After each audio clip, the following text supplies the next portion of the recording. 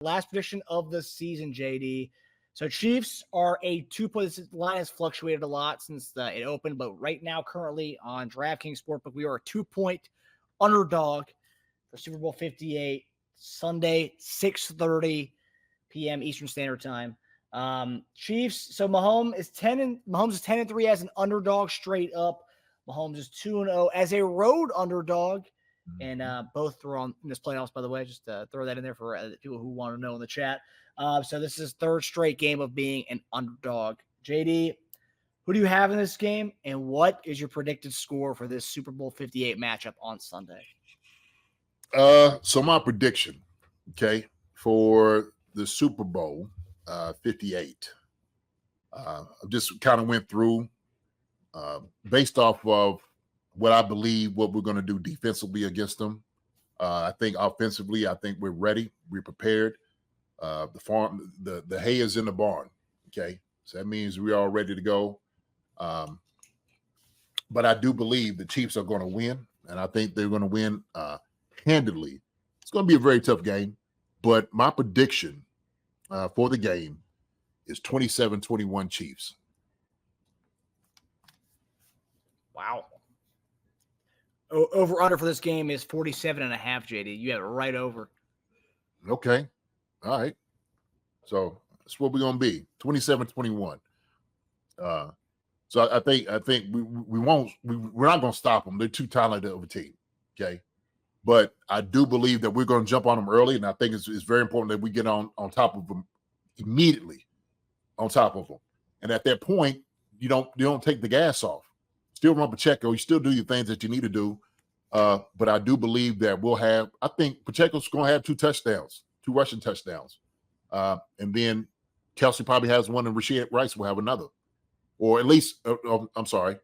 So I have the 27. So I have Kelsey getting one, Rashid Rice getting another one, Pacheco having one, and then it's going to be 2 field goals by Buckner. That's what I was thinking. That's how it's going to pan out. So,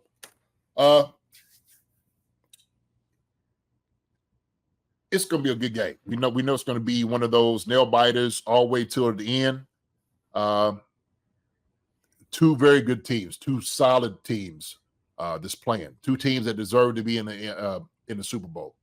I didn't know as far as San Fran was going to be there, but I did know the Chiefs was going to be there. Okay, and that's part of that wheelbarrow getting in, having all the confidence that these guys are going to figure it out, and they did, Marcus. They figured it out. Okay, so that's what it means to be a Chiefs fan. Bought all the way in. We bought all the way in, man, all year. I know people had some concerns, and there were some things a little testy. All right, I still got you on the receipt. I y'all. All right, but we know for this game, we know at this time, with the kickoff, that ball's kicked off, Chiefs will be victorious at the very end of the day. Okay, so we'll celebrate that. Everybody's ready to celebrate it. And I've already got my plans to be out there in Kansas City for the parade. So the parade's going to be on February the 14th, Valentine's Day. So it ain't going to be no better day than love in the air for the Chiefs and them getting it down during that time. So things going to work out, man. It's going to be beautiful. The little heart emoji that he was making with his, that meant Valentine's Day. That's what that is. It's all scripted. Yeah, it's all scripted, yeah, for sure. I think I saw somewhere online someone said that good luck finding a flight to Kansas City if the Chiefs do win, because people are going to think that Taylor Swift will be more accessible at that parade on that day. So, if people think that she's going to be more accessible during that, no, she's not. She's going to have a lot of security around her, especially at a parade. So, good luck for that. If you think you can get an autograph of Taylor Swift on that day. Well, there's gonna be security up the wazoo anyways, but on top of that, with Swift there, forget about it. My prediction very, very similar to yours. I'm going 24-14. I think it's gonna be a very low scoring game. I think it's gonna be very scripted out, just much like how our other games have gone in this playoff so far. I think they're gonna struggle to score against us. I think Purdy. There's that famous video of the Oklahoma State quarterback going against the Kansas State team, with the down 48-0, like he's the third string quarterback, but like the guy's about to take a snap, and his hands are like that. I think we're gonna get a little. Brock Purdy's gonna be shaken up a little bit at the start of that game. This is business as usual for us. Not on the other side. This isn't Jimmy G, who was a part of those Tom Brady Super Bowls. He didn't play in those Super Bowl games, but he was there and witnessed it. He was there. He knew what the stakes were. We played that Jimmy G San Francisco team.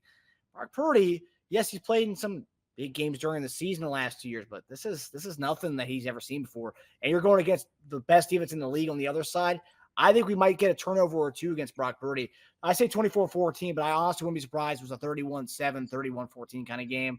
I think it's going to be based on the way we been playing offense. I think it'll be a closer game score wise, 24-14, but I think it's going to be a defensive domination. And I wouldn't be surprised if we see a L'Jarius Sneed MVP or Chris Jones MVP. I know it'll probably lean quarterback because that's how it is, but I wouldn't be surprised if one of our defensive guys is the MVP for this one.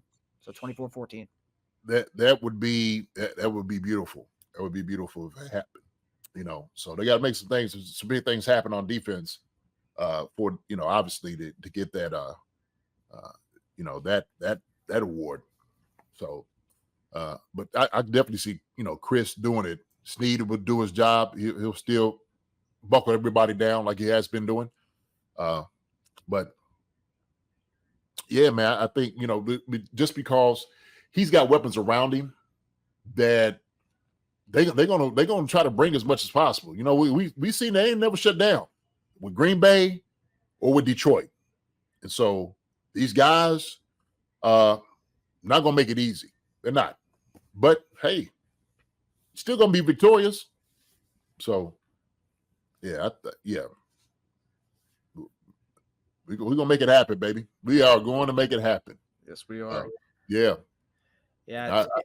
It's gonna be a great game. Like I said, I could see that happening. And that's based on if Purdy does have some kind of little tremors there, because it's gonna be a big stage for him, biggest stage. And this is an Iowa State quarterback, Mr. Irrelevant. It's gonna be a huge stage for him. And I think when you're playing against the defense that we have on the other side, I know we don't have a Menahu, but Willie Gay's back. That team is gonna be ready to go. Yeah, the defense will be ready to go. They're going to try to, they'll try to quiet him down, right? Settle him down. With Brock Purdy, we'll probably get him rattled. He'll probably make a couple of good throws, okay, because he's a very talented guy. But we'll see. We'll see. Hope we get him rattled early. I hope you're right. 24-14 with 31-7. I hope that's what it is. Hi, everybody. Thanks for watching. Subscribe here to get the latest from the show. Also, be sure to check out the best clips from Chief Concerns. And if you prefer to listen to the show, subscribe and follow us on Apple Podcasts, Spotify, and anywhere else you get your podcasts.